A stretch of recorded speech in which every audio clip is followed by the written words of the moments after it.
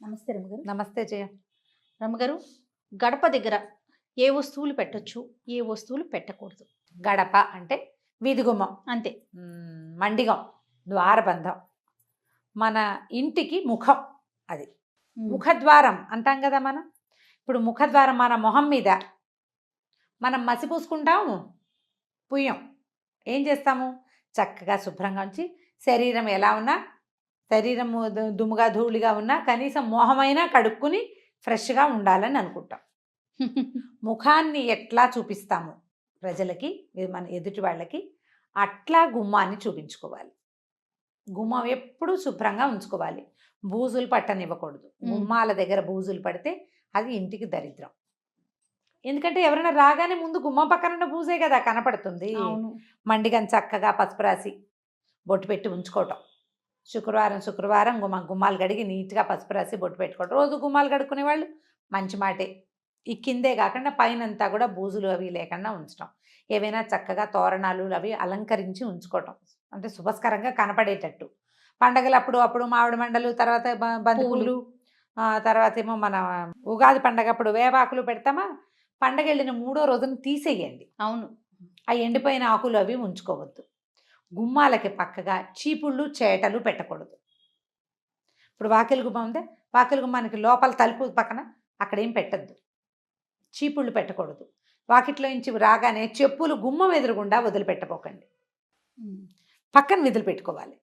గుమ్మంలో చెప్పులు విడవటం, కాళ్ళు తుడుచుకునే పట్టా మీద చెప్పులు విడిచేసేయటము అలాంటివి చేయొద్దు. అది ఇంటికి దరిద్రం కాదు, ప్రధానమైనది అశుభ్రత. ఒక మంచి ఫీల్ ఉండదు. నేను చెప్పిందే సింపుల్. ఏదైనా వాసి చేతికి అంటితే అది ఏం చేస్తాం? మొహానికి రాసుకుంటామా మనం? రాయం. కాబట్టి ఇంకా అది చేయకూడదు. ఎప్పుడు వాకిలి గుమ్మం శుభ్రంగా ఉంచుకోండి. దానివల్ల ఇతరులకి మన మీద ఒక గుడ్ ఇంప్రెషన్ ఉంటుంది. మనకి ఇంట్లోకి వచ్చేటువంటి పాజిటివ్ వేవ్స్ బాగా పాజిటివ్గా వస్తాయి. తరచుగా వాకిలి గుమ్మము, తలుపులు శుభ్రంగా తుడిచిపెట్టుకోవాలి. బూజు దుమ్ము లేకుండా చేసుకోవాలి. చెప్పులు చేటలు చీపుళ్ళు అలాంటివి పెట్టద్దు. తర్వాత గుమ్మానికి తాళాలు అవి తగిలించద్దు.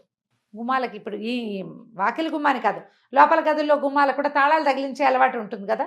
గుమ్మాలకి అటు ఇటు మేకులు కొడతాం కదా జయ, మనం తోరణాలు తగిలించుకోవడానికి కదా. మామిడి మండలు కట్టుకోవడానికి ఏం చేస్తాం? ఒక పురుకోస కట్టి దానికి పెట్టుకుంటాం. ఆ మేకు ఉంటుంది, ఆ మేకుకు తాళం తగిలిస్తారు. అది తగిలించద్దు. జ్ఞాపకంగా ఉంచుకోండి ఆ మాట. ఎప్పుడు ఇదే శ్రద్ధగా ఉండాలి. ఇక ఇంకా దీనికి ఎక్కువ రకరకాల అలంకారాలు 2-3 తోరణాలు అవి వేస్తారు. ఈ తోరణాలు అవి దుమ్ముగా బూజుగా దరిద్రంగా ఉంచుకోవద్దు. వాకిలి ఇప్పుడు మనం దీపావళి పండుగ వస్తుంది, తర్వాత కార్తీక మాసం నెలనాళ్ళు మనం వాకిలిలో దీపం పెట్టుకుంటాం. అవునండి. ఆ దీపం పెట్టిన చోట మసిబారిపోయి మురికిగా కానివ్వబోకండి. దాంట్లో బ్యాక్టీరియా చేరేది ఎట్లాగా ఉంది, నీట్గా ఉండదు చూడగానే. మనకి ఫస్ట్ కనిపించేది మీరు అన్నట్లుగా ముఖం ఎలాగో గుమ్మం కదా. అక్కడి నుంచి గడప గౌరీ నోము అని నోములు కూడా ఉన్నాయి దాని మీద. అమ్మవారు గౌరీ స్వరూపం ఈ గడప. అవునవును. అందుకని ఏం చెప్తారు పెద్దవాళ్ళు? గడప మీద నుంచోవద్దు, మండిగ మీద నుంచోకూడదు, మండిగ మీద కూర్చోకూడదు, వాకిలి గుమ్మాల మీద కూర్చోకూడదు. గుమ్మం మీద కూర్చునే సరుకులనేది గౌరీదేవిని ఎత్తి మీద కూర్చున్నట్టుగా చెప్తారనమాట. అదంతా సేఫ్ కాదు. ఈ ఇంటికి ఆధారం గుమ్మం. మన ఇంట్లోకి వచ్చేటువంటి పాజిటివ్ ఎనర్జీకి అదే ముఖద్వారం, అదే దారి.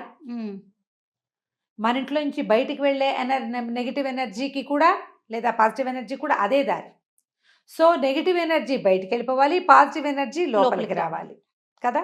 ఆ శ్రద్ధ వహించండి. సాయంకాలం పూట ఏదైనా దీపారాధన చేసుకునే అలవాటు ఉన్న వాళ్ళు అగరబత్తులు అవి వెలిగిస్తామా, లేదా ధూపం వేసుకుంటాము, సాంబ్రాణి ధూపం వేస్తాము. ఒక ఆవు పిడక వెలిగించి దాని మీద కొంచెం వేప పొడి అవి వేస్తే మంచి ధూపం వస్తుంది.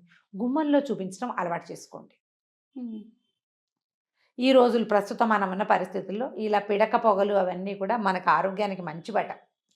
బ్యాక్టీరియాని, తర్వాత వైరస్ని అవి తొలగిస్తాయని చెప్తారు. ధూపం వేసినప్పుడు తప్పకుండా గుమ్మాలకి చూపించాలని చెప్తారు.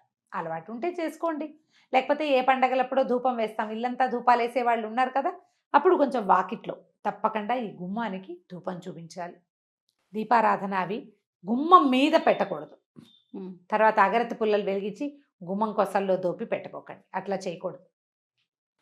మనం ముఖానికి ఏమేమి చక్కగా చేసుకుంటామో అలా గుమ్మాన్ని అలంకరించి ఉంచుకోండి.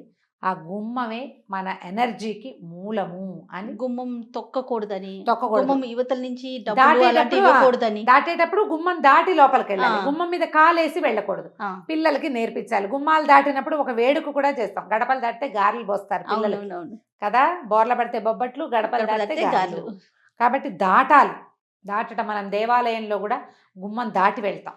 దండం దండం పెట్టుకుని గుమ్మం మీద నుంచి అవతలకి పెద్ద పెద్ద గుమ్మాలు కూడా ఒక్క జంపు చేస్తూ ఉంటాం మనం. అవునండి, అవును. అట్లా గుమ్మం మీద కాలు వేయకూడదు. ఆ మ్మ్. నియమాన్ని ఉంచుకోండి, నేర్పించండి. ఇవి పురాతన కాలం నుంచి వచ్చే సంప్రదాయాలు. పెద్దవాళ్ళు ఏదైనా చెప్తే దానికి ఒక కారణం ఉంటుంది.